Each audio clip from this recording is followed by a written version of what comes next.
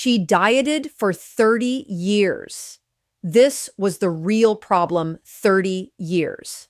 That's how long she tried to lose weight, not casually, not occasionally, consistently. She followed the rules. She counted calories, she exercised, she stayed disciplined. And still, she remained nearly 100 pounds overweight, with high blood pressure, low energy, and one question that never left her mind: why is this so hard for me? Section 1. The story. Most people relate to her name as Michelle, and her first diet didn't start in her 30s or her 20s. It started in high school. Like many people, she was taught a very simple formula: eat less, move more. So she did exactly that. She skipped breakfast, had a light salad for lunch, and made sure to exercise enough to burn off what she ate. On paper, everything made sense. Fewer calories in, more calories out. The math should work. And sometimes it did. She would lose weight, a few pounds here, a few pounds there, but it never lasted. Because what followed was always the same pattern. The weight would come back, and not just back, it would bring more with it. Section 2. The trap of doing everything right. Over the years, Michelle tried everything: low-fat diets, heart-healthy labeled foods, juicing cleanses, point systems, meal replacements. Each one came with a promise. Each one worked temporarily. And each one left her more frustrated than before, because the harder she tried, the less her body seemed to respond. What she didn't realize at the time was this: she wasn't failing the diet. The diet was failing her biology. Section 3. The hidden problem. Years later, Michelle came across a concept she had never truly explored before: metabolic health. Not calories, not points, not restriction, but how the body actually processes energy. So she decided to take a closer look. She started checking her blood sugar at home, not because she thought something was wrong, but because she expected everything to be normal. After all, every test at the doctor's office had always come back fine, but what she saw surprised her. After fasting for over 12 hours, her blood sugar was still hovering around 100, not once, but consistently. She checked again, and again, and again. The numbers didn't change, and that's when something shifted. Because for the first time, she realized maybe this isn't about willpower. Maybe something deeper was happening. Section 4. Understanding insulin resistance. What Michelle was experiencing is something many people go through without realizing it: insulin resistance. Now, insulin is a normal and necessary hormone. Its job is to help your body manage energy. When you eat, insulin helps move glucose out of your bloodstream and into your cells. In a healthy system, this process works efficiently. But over time, with repeated patterns of high insulin demand, the body can become less responsive. This is insulin resistance. The signal is still there, but the response is weaker. So the body compensates by producing more insulin, and more, and more. And this creates a cycle.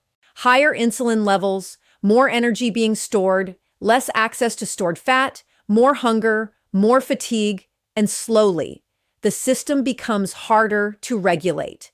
Section 5. Why her tests looked normal. One of the most confusing parts for Michelle was this: her doctor kept telling her everything looked fine.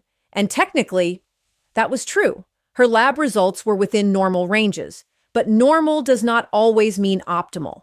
And it doesn't always capture early metabolic dysfunction, because insulin resistance can develop quietly, long before it shows up clearly in standard tests. This is why many people feel something is off, even when they're told everything is okay. Section 6. The turning point. Instead of ignoring what she was seeing, Michelle decided to act on it. She didn't wait for a diagnosis. She didn't wait for things to get worse. She focused on understanding her body better. And more importantly, she focused on changing how her body was responding to food. Not just how much she was eating, but how her system was handling it. Section 7. What actually changed. The shift was not about extreme restriction. It was about changing the signals her body was receiving. Instead of constantly stimulating insulin, she began to focus on stabilizing it. And that started with food. Section 8. A simpler way to think about food, rather than memorizing long food lists. Think of it in 3 simple categories. 1. Protein and fat as the foundation. These foods help support satiety. They keep you full longer. They create a more stable energy response. Examples include eggs, meat, fish. For Michelle, this became the base of her meals, not because they were magic foods, but because they reduced constant hunger. 2. Supporting fats. Fats play a key role in helping the body feel satisfied. They also support more stable energy levels. Examples include butter, olive oil, cheese. Adding these in reasonable amounts helped her stay consistent without feeling deprived. 3. Optional tools. There are also supportive options that some people find helpful. Nuts, simple fats like MCT oil. These are not required, but in some cases, they can make the transition easier, especially in the early stages. Section 9. What she reduced. Instead of focusing only on what to add, Michelle also became aware of what to reduce, not out of fear, but out of understanding. Frequent sugar intake, highly processed foods, constant snacking. These patterns were keeping her insulin levels elevated and preventing her body from accessing stored energy. Section 10, the result over the next 4 months. Michelle lost around 30 pounds, but more importantly, her relationship with food changed. Her energy became more stable. Her hunger became more predictable. Her body felt less like something she had to fight and more like something she was beginning to understand. Section 11. The real lesson. This is not just Michelle's story. This is a pattern seen in many people, trying harder, eating less, doing more, and still not getting the results they expect, because the issue is not always effort. Sometimes it's direction. When your body is in a state of insulin resistance, it doesn't respond the same way to traditional dieting methods, and pushing harder in the wrong direction often leads to more frustration.